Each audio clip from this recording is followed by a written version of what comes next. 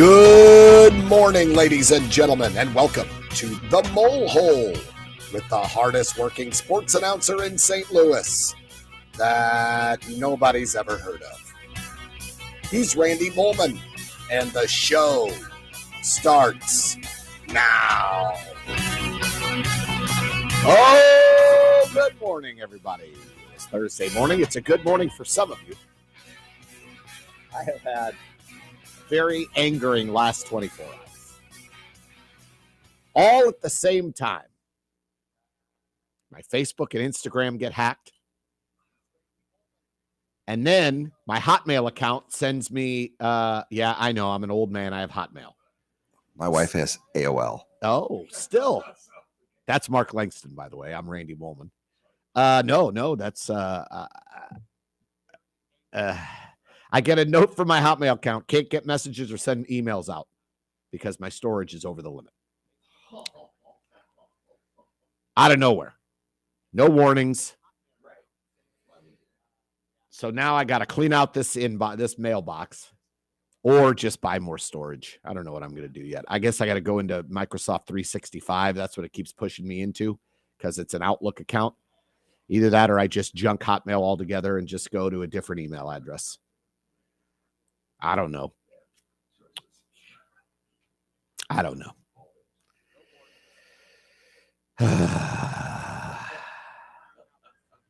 So the hack was full and complete, man. I mean, they got all of my Facebook and Instagram. I had so many people sending me suggestions yesterday because I posted on Twitter, got hacked on Facebook and Instagram. So I still have my Twitter and I still have my LinkedIn, but everyone's like, oh, well, you got to go to this page in the Facebook Help Center, and you got to go here and here. I did it all. And the problem is they took all of my sign-on information. So my email does not register with Facebook. You put my email address in as my username, and it says, does not recognize this as a Facebook account. Not used. No. So that's gone.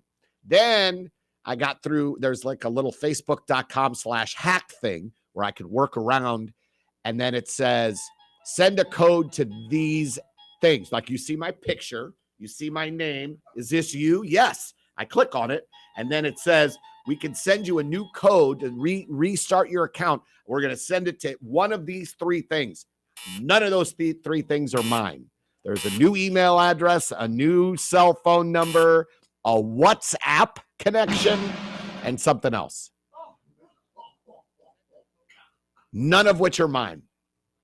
So this hacker will be the one getting the code.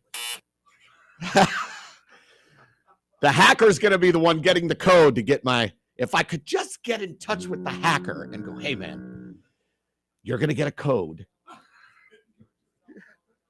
Send it to me.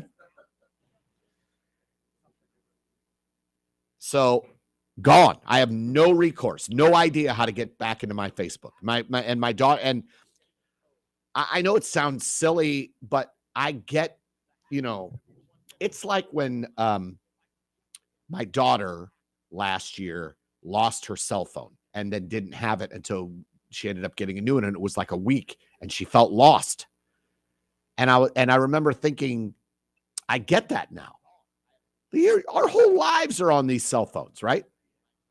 Now, I mean, it's not just the pictures in the social media. It's everything. Your calendar, your reminders, your contacts, like everything's in that cell phone.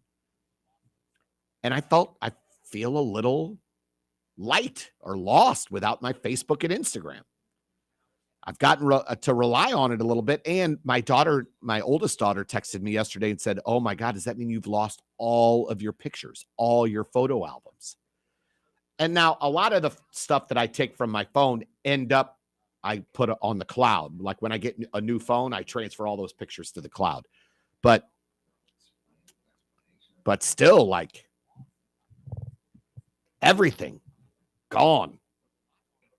My Instagram has apparently been taken over, and they've changed my name to Randy.Molman_726. Changed my name, kept my picture, kept my profile information, kept all of my previous posts, and are now posting stuff about, hey, I didn't realize the magic of Bitcoin. Like, apparently now I'm a spammer on Instagram. So, because I've got friends texting me. And look, I love you all. Thank you so much for all the suggestions. Everyone's giving me suggestions. Oh, have you done this? Have you done that? Did you do that? Yes, I've done all of it. I did all of it yesterday. And was searching YouTube videos on, tech geeks who are, experts at, regaining your Facebook account. And first of all, I'm not doing that because here's another great thing for everybody. I posted on Twitter. So there's been times where companies have wronged me, or I've seen people get wronged by companies, and then they'll tag those companies on Twitter. And they'll go, hey, how come, blah, blah, blah, at so-and-so, and whatever company it is. So I went on Twitter, and those companies will respond and go, send us a DM. Let's work through it. On Twitter yesterday, I was like, at Facebook, at Instagram, I got hacked. I have no recourse. First of all, why on earth does Facebook and Instagram not have a help desk? How does Meta not have an actual help desk? Instead, it's a help center.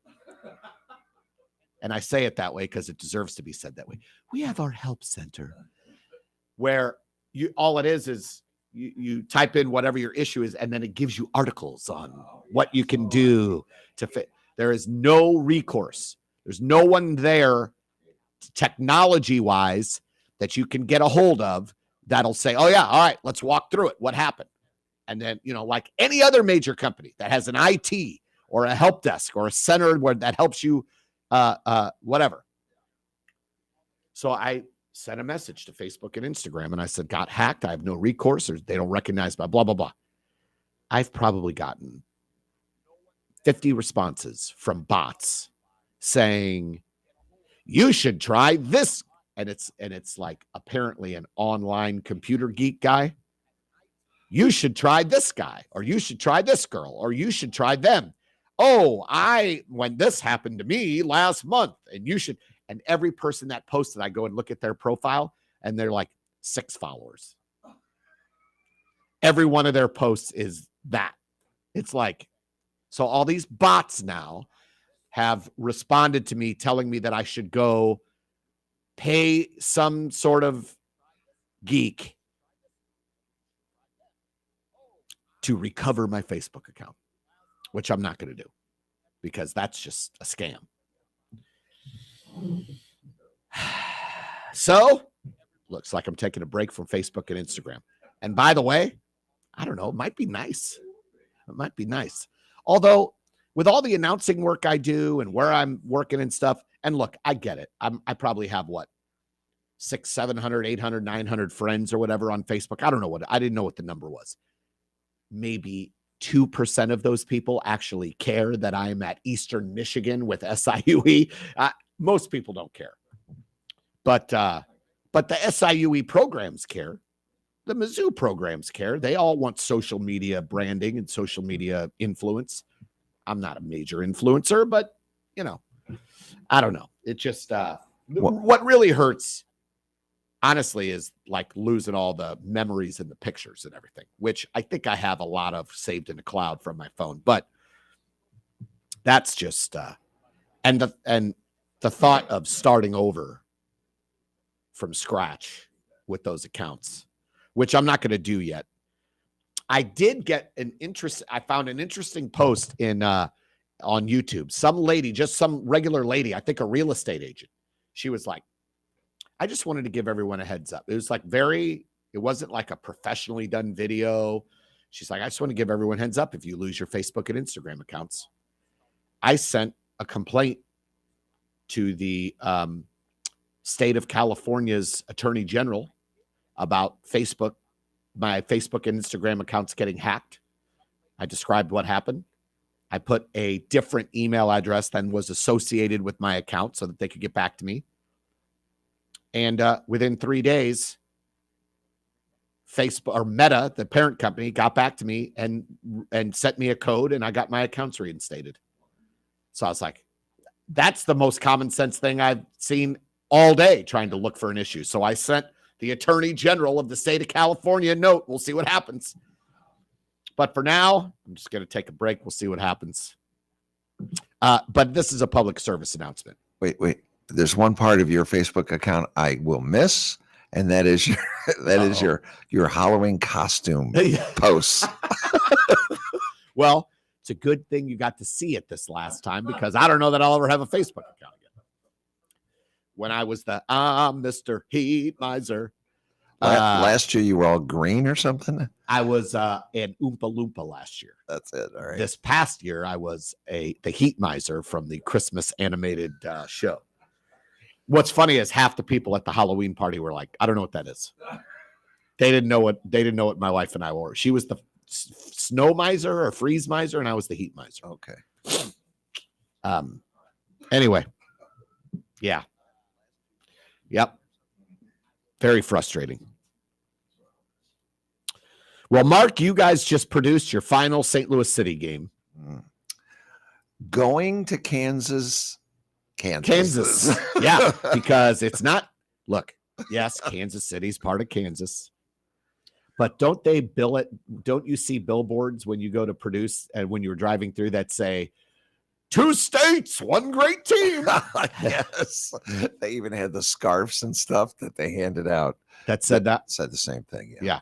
So I've been to that stadium. It's a nice stadium. It is a really nice stadium. Very nice. I would Press say box was super nice. I got in there and met their public address announcer. Yeah. Very nice. They put us in the press seating out in front of the box. Oh, yeah. Yeah. That's where we had that. That's where you ended up. Broadcast from. Yeah. Really? So they didn't even give you a seat inside the press box? No. Y98. Oh, the English one was in a nice press box, but we weren't.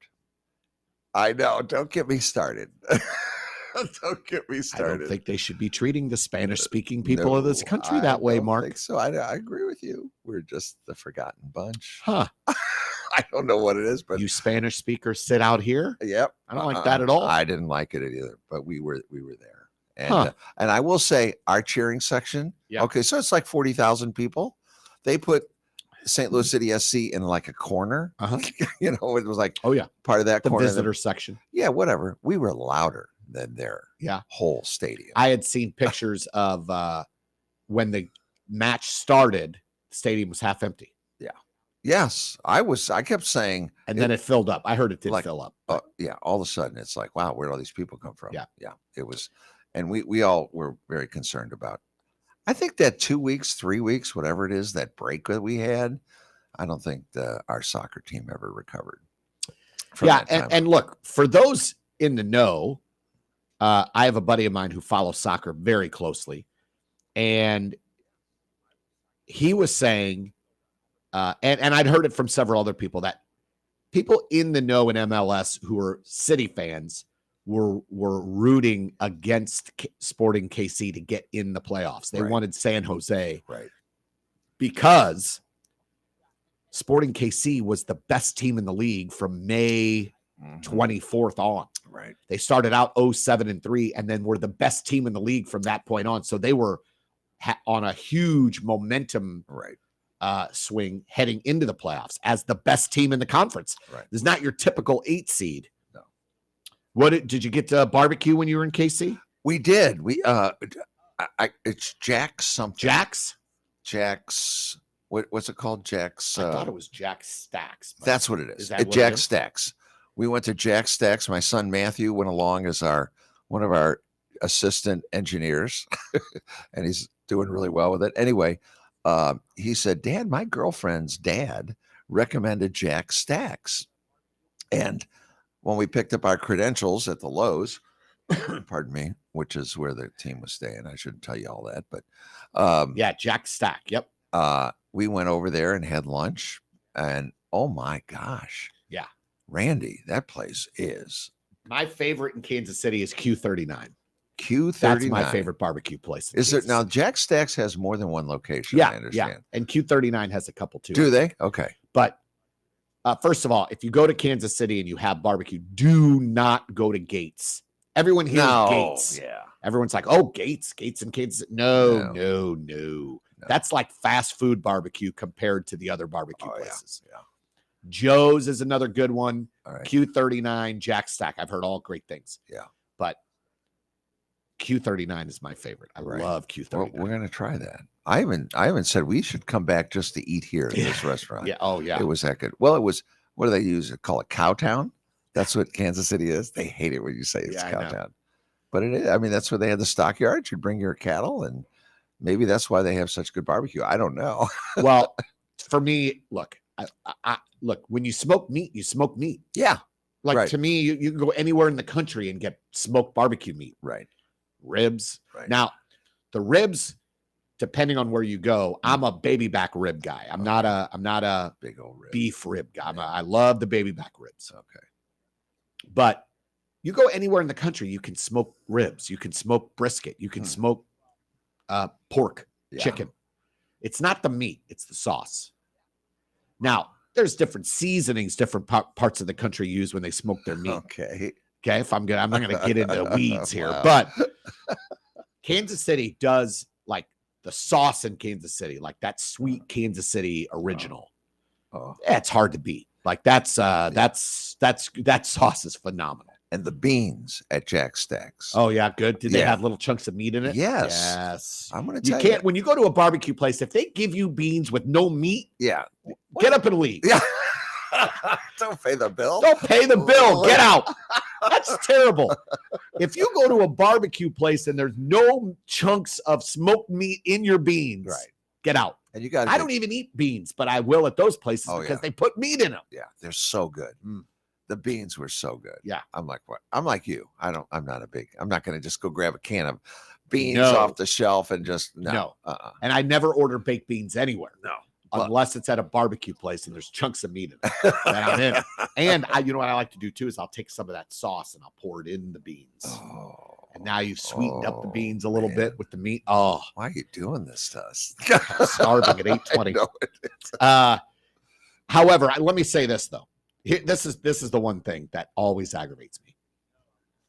You talk to a person from Kansas City, and I acknowledge the barbecue is next. I mean, it's awesome. There's certain places I love, but I'm sorry. That's it.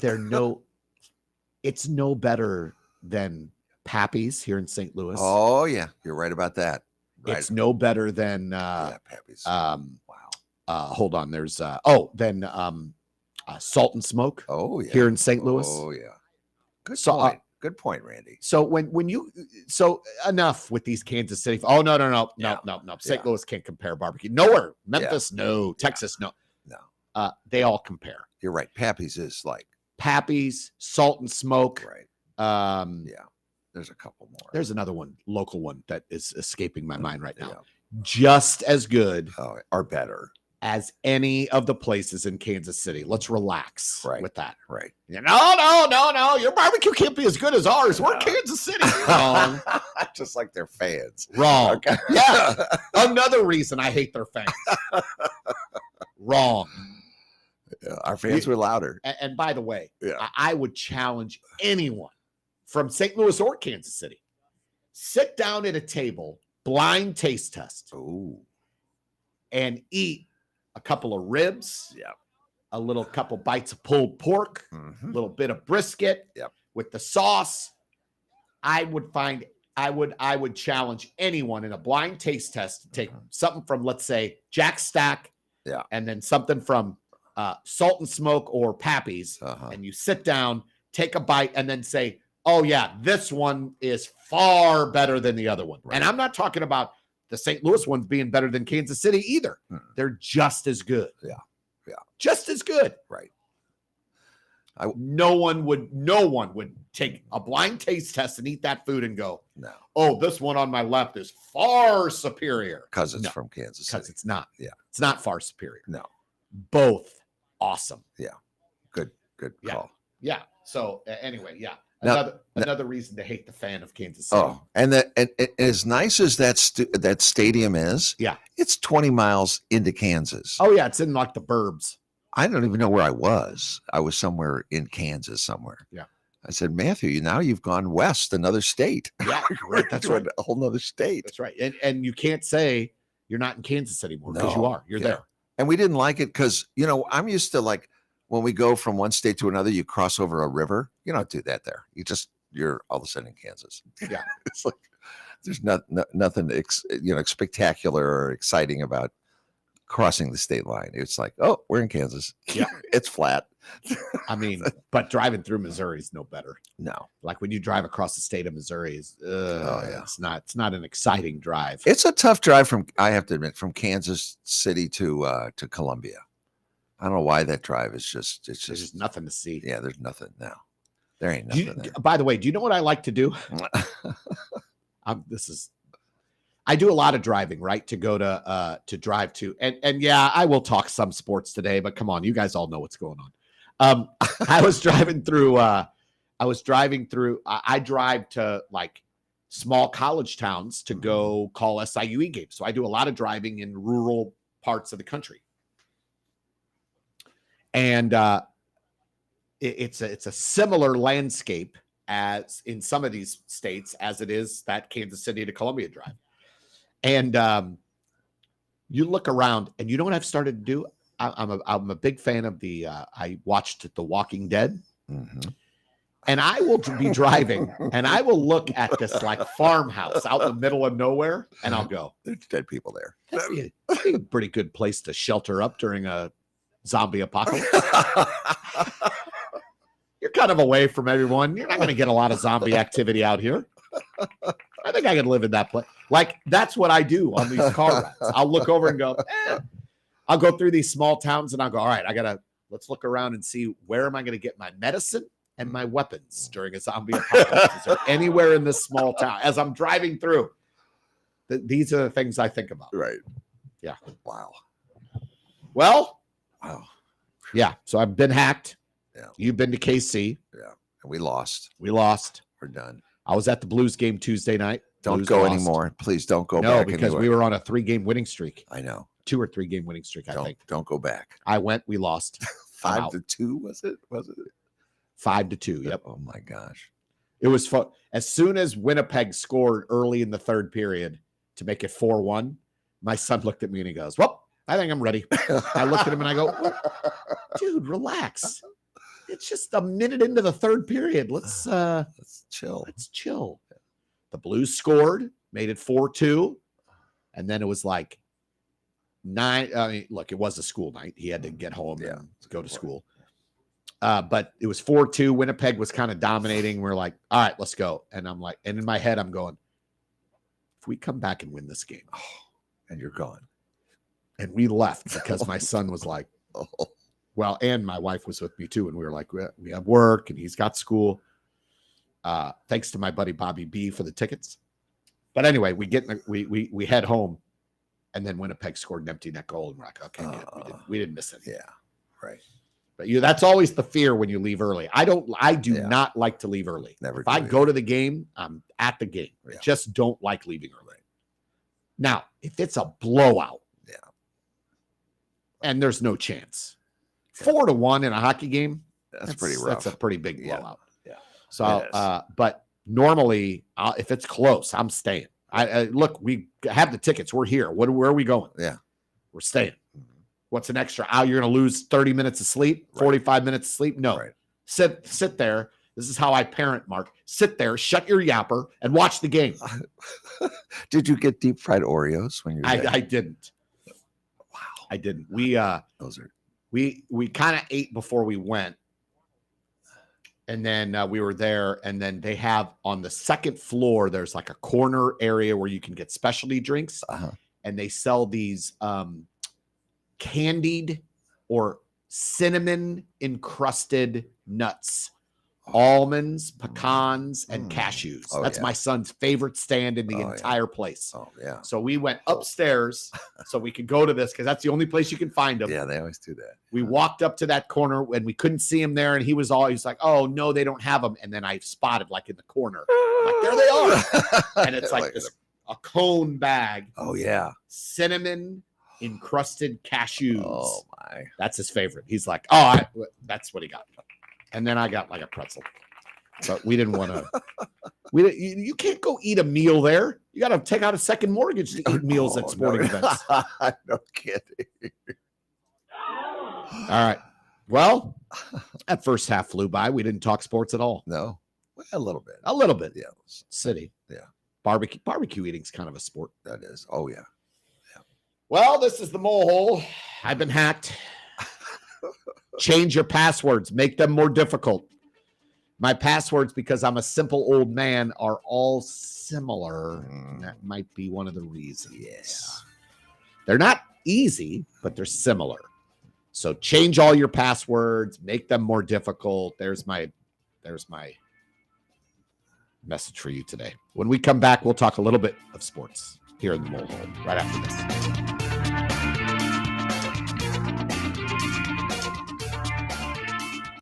El Potro Restaurant and Market, located at 6920 Manchester Avenue, 1 block east of McCausland, offers the finest variety of Mexican and Central American groceries and goods. El Potro Restaurant serves authentic Mexican and Central American cuisine, including daily specials, not to mention the best horchata and tastiest margaritas in St. Louis. Open 7 days a week. El Potro, 6920 Manchester Avenue, 1 block east of McCausland. Height Digital is a full-service digital marketing agency that helps local businesses grow online. They offer everything from logo and branding to website design, search engine optimization, and paid advertising on Google and Facebook. Height was just named to the top marketing agency list for 2022 by St. Louis Small Business Monthly. Contact them today for a free digital audit to see how you can grow. That's Height Digital, HITE digital.com/ST-Lewis. Are you a company who needs help recruiting and hiring full-time professionals in the areas of engineering or information technology? Then call Steve Tucker at Talent Edge. Steve has over 25 years experience in recruiting as a partner and can really give you the edge you need. Also, calling all candidates looking for new opportunities in engineering or IT. Steve will help match your skill set to the right opportunity. 314-276-0074 or check out Talent Edge at talentedgellc.net. Once again, 314-276-0074. Talent Edge.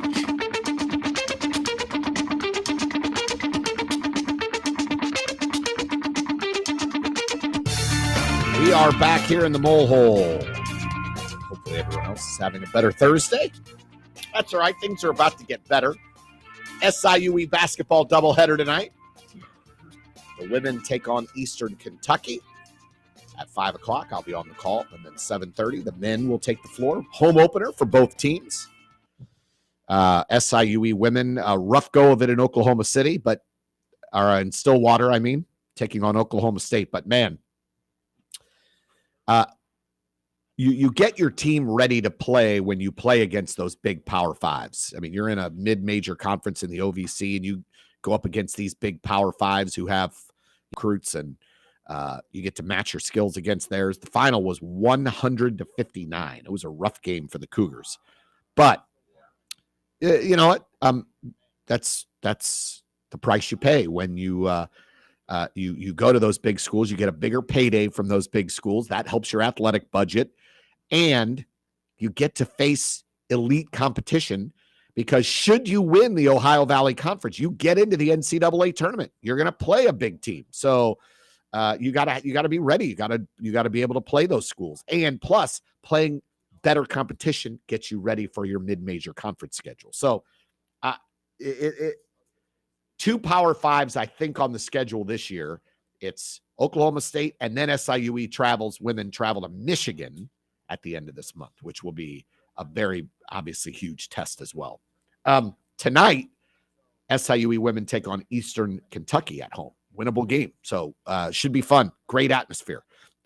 And for those of you that don't know who haven't been, I just wanted to tout real quick because I'm going to talk Mizzou men's basketball here too. SIUE has set up this area behind some stands, and it's called Eddyville. So what they've done is you've got your basically your first section of seats behind the benches. Then there's like a platform behind it. And Eddyville is filled there with pub tables, places to buy a drink, little food stands, almost like a food and drink court. And you can stand around almost like you're at a bar and stand around and have a drink and some food and stand there and watch the basketball game live. It's a pretty cool setup. And I'm excited to see how that takes off this year at Vidal Bean Center at First Community Arena for SIUE games. But anyway, home opener doubleheader tonight, Military Appreciation Night at SIUE. Tickets are so reasonable.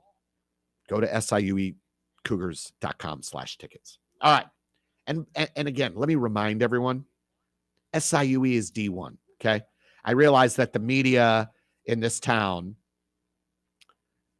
slobbered all over Lindenwood, turning D1. Lindenwood is now in the same conference as SIUE. So they just got to SIUE's level. And SIUE's campus is just as equidistant from downtown as Lindenwood's campus is. So Lindenwood's out in St. Charles.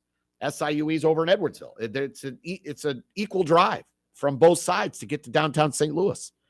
So, yeah, come on. Get out there and support the Cougars. All right, now, how about Mizzou men's basketball? They tipped off Monday, first game against Arkansas Pine Bluff, and a blowout win. 101-79. I will be doing PA for my first Mizzou game on Friday. I'll be doing public address as they take on Memphis, which will be an awesome game. So if you're going to the Tennessee game this weekend, everyone, for football, why not consider going up Friday night, taking in Mizzou men's basketball? They play Memphis. Great matchup. Memphis is coached by Penny Hardaway. They're a good program. So it's going to be a good game. 8 o'clock tip. Plus, I mean, come on, you get to hear me again for 2 hours. How about Sean East had 21 for the Tigers. He was 7 for 8 from the field and 5 for 5 at the free throw line. And he also chipped in a couple of assists. He's back this year. Nick Honor is back this year. He had 18 points, 6 of 14 shooting. And he also had 5 assists, the Mizzou point guard. Noah Carter is back this year. He had 15, 7 of 12 from the field, and 6 rebounds. But the player everyone's kind of talking about is the transfer from Indiana who played his prep basketball in Kansas City. So he's basically back home. Came in back from Indiana. Tamar Bates came off the bench, scored 18 points, 7 of 9 shooting, and he had an electric dunk at one point at the end of the first half. This is look, Missouri fans love their own. They love their in-state guys. Look at football. Luther Burden is a king. Brady Cook is now one of the more popular athletes on campus after the seasons he's put in for football. And Luther Burden is the king. Everyone loves Luther Burden. They go nuts for Mookie Cooper, who's from St. Louis. This university and these fans at Mizzou love the local talent. They will get on the bandwagon for the local talent. And Tamar Bates, 18 points from Kansas City, originally went to Indiana. He's now at Mizzou. So that's a player to watch. Caleb Grill, who transferred in, 15 points, 3 for 8 shooting, 7 rebounds. This team had 5 players in double figures. They had 19 assists on 36 baskets. This is a Mizzou team that I wasn't sure of because of the transfer portal and how many players came in. You only had Honor, East, Caleb Brown, and Noah Carter come back. And Aiden Shaw, who's also from the Kansas City area, big-time recruit, 9 rebounds, 7 points. But then the rest of the roster is new. And so I'm really excited to see how Coach Gates puts that all together. And Memphis on Friday night, that's a good non-conference game. So that's going to be fun. And then that leads into Mizzou, Tennessee football on Saturday, 2:30 kickoff on CBS. Let me first talk about the Georgia game last Saturday. Last minute, my wife and I decide, let's have like a tailgate watch party, quote unquote, for the neighborhood. We didn't know who could make it. It was last minute. We decided to do this Saturday morning. Game's at 2:30. We're like, let's throw some invites out. See, it might just be me and my wife. We had the TV, like it was a beautiful day, 70 degrees. It was just awesome. So we had the TV set up in the garage and brought my pub table out to the driveway, lawn chairs, and had the fire pit going. And we were like, let's watch the game. If any people come over, they come over. If they don't, then my wife and I are going to enjoy a nice evening outside watching Mizzou football. Well, we got a handful of people to come over, and it was awesome. And let me say, as a Mizzou fan, my first reaction to playing an elite team like Georgia at their place is, in my head, I'm going, because I'm a Mizzou fan, and I know how this works. In my head, I'm like, just, I don't want to be embarrassed on national TV. Georgia's, and not because, and I wasn't thinking that because I thought Mizzou themselves would get embarrassed. Mizzou's good. I just thought Georgia's elite. I mean, they've lost one game in their last 41 games. They've won 5 or something straight home games. They're a juggernaut. Please just hang in there. Mizzou hung in. Mizzou is winning in the third quarter. They had the ball in the fourth quarter before the really bad interception. Down 6. And that interception, I don't know what Brady Cook saw, but he literally threw that ball right in the stomach of the Georgia defensive lineman. I don't know what was happening in front of, in the heat of the moment. He's not seeing what we're seeing on TV, right?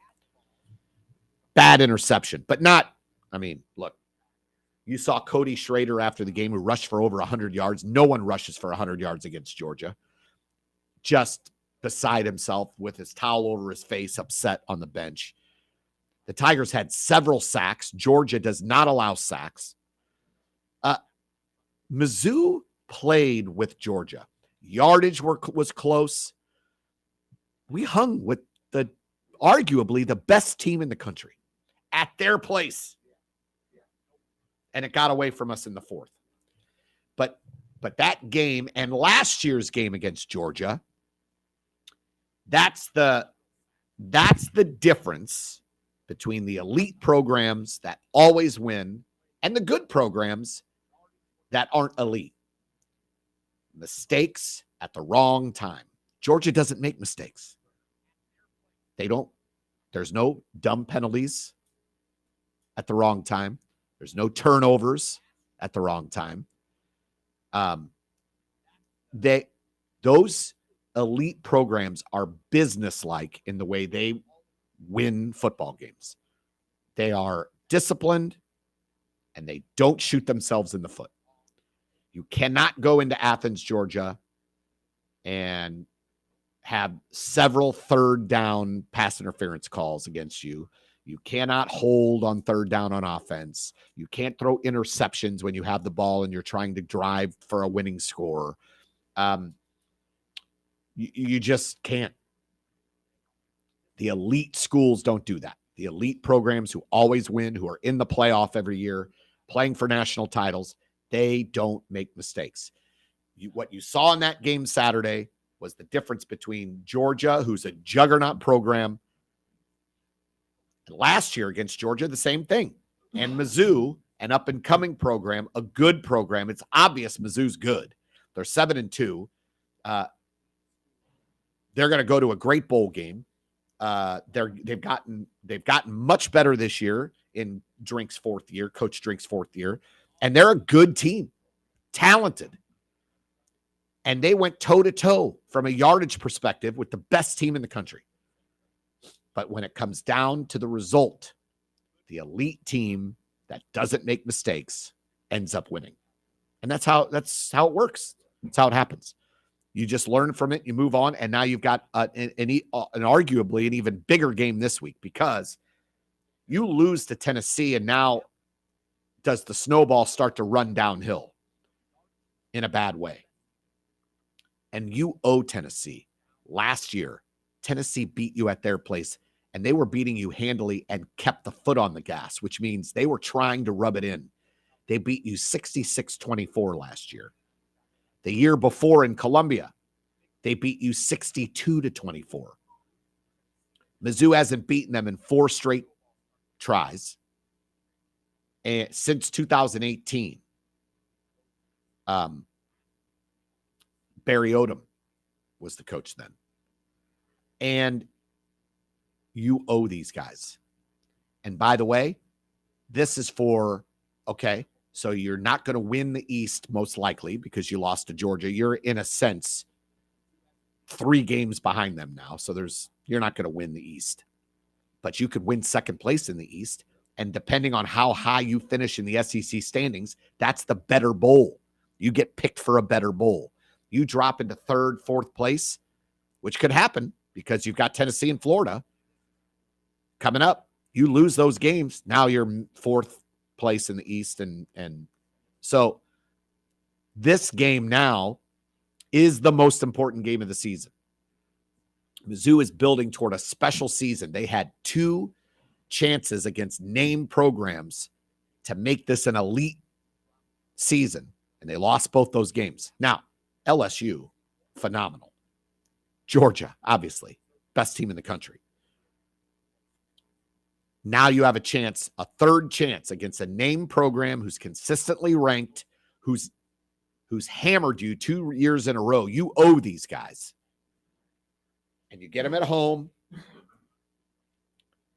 and you win this game, you set yourself up for a real good shot to win 10, to go 10-2. Because you win this game, you're 8-2. You've got Florida, who's reeling, and you've got Arkansas, who just beat Florida on the road. And they might be getting better. They fired their offensive coordinator. So Arkansas might have found something that said, you know what, I don't know what we've been doing all year, but we can score points. And they did. They scored 39 at Florida last week. So bottom line is this. You win this game Saturday, you're setting yourself up for what could be a double-digit win season. You have to win Saturday. And you have to beat this other name program. You have to win this game if you want to take that step into one of the top-tier bowls. Now, it's not going to be easy. The spread is close. Tennessee's a 1-point favorite, which surprised me kind of on the road. I feel like these teams are evenly matched. I figured on the road, Mizzou might be a slight favorite, but Tennessee a slight favorite. Tennessee's winning a little bit differently this year. Usually their offense is flying around and they're scoring a bunch of points and they give up points. This year it's been different. They run the ball better. They don't throw it around as much. And their run defense, which is our strength on offense, their run defense is one of the best in the country. So it's an interesting matchup, and it's going to be challenging. I am certainly not saying that if you lose to Tennessee, that's a bad loss. That's a good team. But you can't get to 10 wins without this win. So you got to win this game. But it'll be interesting. The X's and O's will be interesting on Mizzou's side, because if you can't run the ball, which you just did against Georgia, you ran the ball. Cody Schrader against Georgia ran for over 100 yards. Can you do that against Tennessee? And if you can't, are you going to be able to throw it? The other thing that concerns me is Tennessee. Mizzou's defense has had an issue. And let's be honest, most defenses have issues. Alabama had an issue last week in the first half against Jaden Daniels and LSU. Jaden Daniels is the guy who ran all over Mizzou. He's unbelievable. Tennessee also has a quarterback who's mobile, who can run. He's fast. And so, especially on third down, how many times this year have our opponents had a third down? We've got the quarterback bottled up, and then he squeezes out and runs for 12, 15 yards. that this is going to be, this Tennessee quarterback is the same type of athlete. So it's going to be difficult to keep him in check. What he does off script is going to be challenging for the Mizzou defense. It's going to be a tough game. I think it's going to be a great game. It's going to come down to the end. It's going to be awesome. 4th straight sellout for Mizzou football. They haven't had 4 straight sellouts in Columbia since 1980. The students are on board. The Mizzou fans have jumped on board. I love to see it. How many times over the last couple of years have I been doing my show yelling at Mizzou fans to go to games? Go to games, support the team. It's a great atmosphere. Mizzou fans are delivering this year. 4 straight sellouts. And I think Florida's close to being a sellout also. So you win Saturday, Florida will definitely be a sellout. And that'll be 5 straight. And, oh my goodness. Like what a God, the future. And well, now,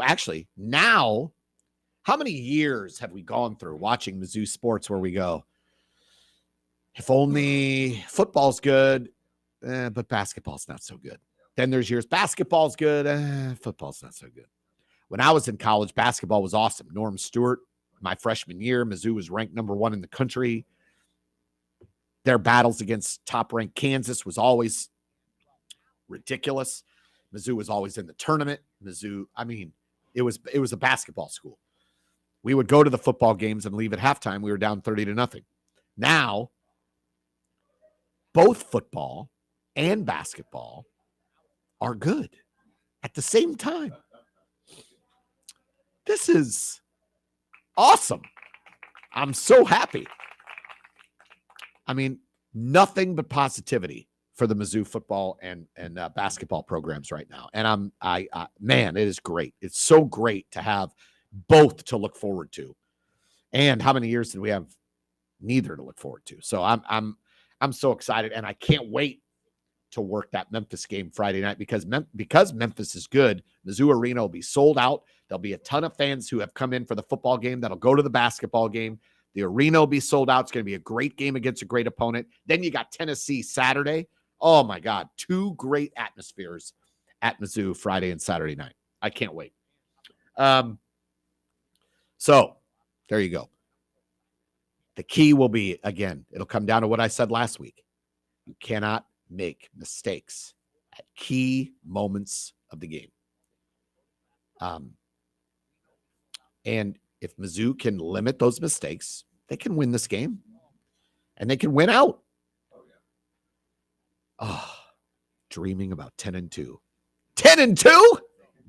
They can do it.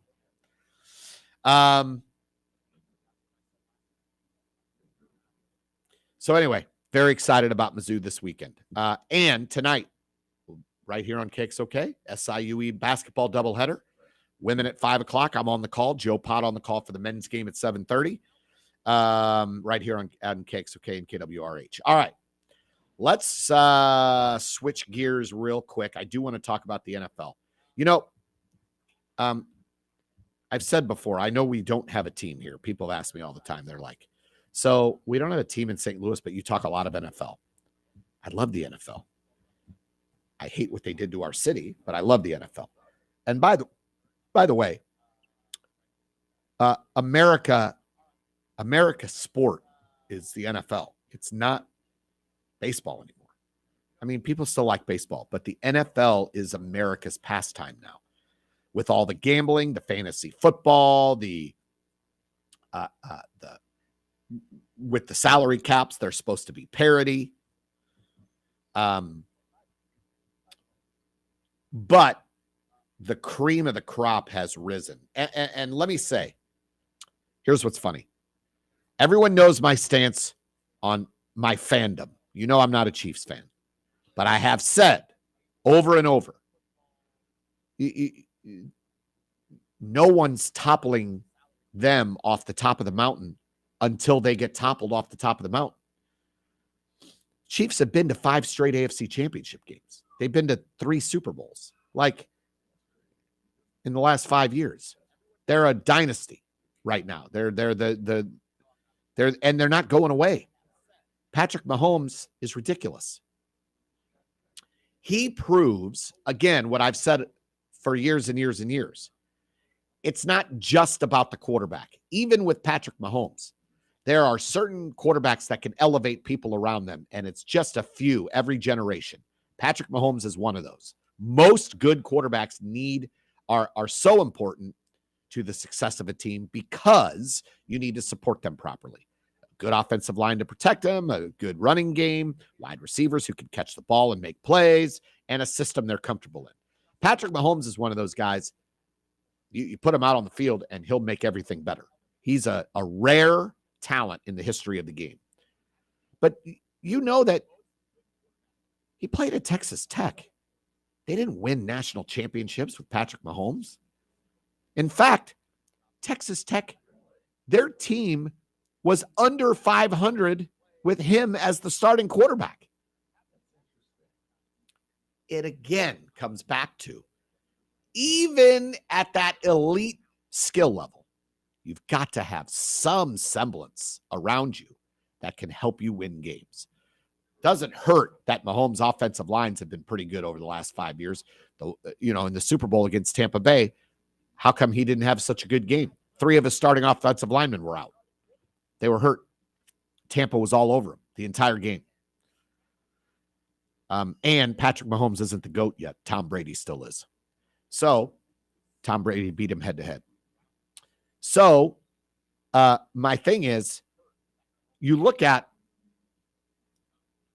the greatest tight end of all time, Travis Kelce, an offensive line that's pretty good, and one of the best head coaches to ever coach, Andy Reid, who has a system in place that Mahomes excels in. But I love all the analysts around the NFL are like, oh, the Miami Dolphins, so fun to watch. They're so fast. They're a track team. Oh, can anyone stop the Miami Dolphins? Well, yeah, they've been stopped 3 times. They're 6-3, and they just lost to the Chiefs. So all this talk about look, and I know Kansas City fans will take it personally, and they'll go, oh, well, everyone keeps talking about the Dolphins and the Ravens and the Bengals and Joe Burrow and Justin Herbert and Jacksonville and blah. They still don't want to give the Chiefs. They're only talking about these other teams because it's boring to talk about the same great team every year. These national football analysts every day are not going to get on their radio shows and go, well, let's fill up another segment about how great the Chiefs are. That's not good radio. So they have to try to talk up these other storylines. They all know, everyone knows. A chance to win the Super Bowl goes through Kansas City, period. You have to beat them. The latest new elite team to try were the Dolphins, and they lost. The Chiefs beat them on Sunday. So the Chiefs are still, it's the Chiefs and then everybody else in the AFC. There are some fun teams, some good storylines. The Bengals now have won 4 in a row with Joe Burrow, and they look really, really good. They beat Buffalo on Sunday night. Buffalo looks weird. Their offense looks disjointed. The Ravens look pretty good with Lamar Jackson, but he hasn't been tearing it up. It's been the rest of those running backs that have been really good. Who's going to challenge Kansas City when it comes down to it in the playoffs? Miami just proved they can't do it. And if Miami plays them again in the playoffs, they're going to go to Kansas City. The Dolphins in cold weather in January? No. I think what's going to happen if Joe Burrow stays healthy, it's going to end up once again being Bengals and Chiefs. The Bengals are playing as good as anyone right now. 4 straight wins after starting out 1-3 because Burrow was hurt with that calf injury. Couldn't get anything on his throws. Now he's healthy, and if he stays healthy, the Bengals, I think it's going to end up being Bengals and Chiefs again in the AFC Championship. I can't wait for the day, by the way, that Brendan Staley is no longer the head coach of the Chargers. He's a defensive head coach whose defense is not very good. They had a good game against the Jets Monday night, but the Jets have no offense. They need an offensive-minded coach that is going to open up that playbook for Justin Herbert. Herbert is one of the best quarterbacks in the league. They're not 4-4 because of quarterback play. They're 4-4 because their defense under a defensive head coach is not very good. And their coach, he makes bad in-game decisions. I'm just looking forward to the day Justin Herbert is playing for a coach that is going to run an offense that will allow him to be even better than he already is. That's one thing I look forward to in the future. The Steelers need to change their offensive coordinator and open it up. You can't live anymore on run the ball and play defense. You've got to open up an offense, and they have so many great skill players. Their offensive coordinator is Matt Canada. He's come up against a bunch of fire in Steeler Nation, and deservedly so. The Steelers should be better. They have so much talent on offense, and they should not be squeaking wins. They shouldn't be averaging 20 or less points a game, squeaking out wins. They've got enough talent to win more handily on offense. The Bills, like I said, they look disjointed. I don't know what's happening there. Josh Allen is a great player, but I don't know what's going on in Buffalo. They don't run it enough. They don't threaten to run it enough. And so everyone pins their ears back and defends the pass. And it forces Josh Allen. And look, when you're a gunslinger like Josh Allen, you're going to make mistakes, and he does. You've got to try to run the ball better than they have. Miami, they're a track team. They'll put points up, but they can't play defense. So I don't expect them to make a deep run in the playoffs. The team I'm keeping an eye on that will get to the AFC Championship against Kansas City is the Bengals. And I look forward to that rematch in the AFC Championship game. In the NFC, it's kind of what we all thought it would be. The Niners are in first place in the West. The Detroit Lions are in first place in the North, who I'm kind of rooting for. Again, I've talked about it on this show. I always root for fan bases that have never won, and the Detroit Lions are one of those. They have never been to a Super Bowl. I don't think they can beat the Eagles or the Niners. The Niners have lost 3 in a row, but they're going to be fine. Eagles, Niners, Lions, and then it's what? Cowboys, Seahawks. Neither of those teams are making a deep run in the playoffs. So it's kind of as exciting as the NFL is. These are all teams that we kind of said would be good this year. At this point in the season, I'm looking forward to Bengals Chiefs in the AFC Championship, Eagles Niners in the NFC. I mean, same as last year. So we'll see what happens. But week to week, I love that Chiefs fans take offense to national pundits trying to talk up other teams. Those pundits are not going to talk about the Chiefs every single day. That doesn't make for good radio. Number one.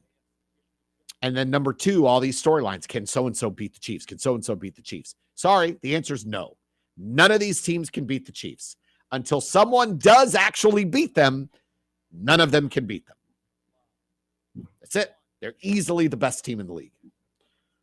So there's a little NFL talk for you here at the end of the show. Change your passwords. That's my message to you for today. Change your passwords. This has been the Mole Hole. Until next Thursday at 8 a.m. So long, everybody.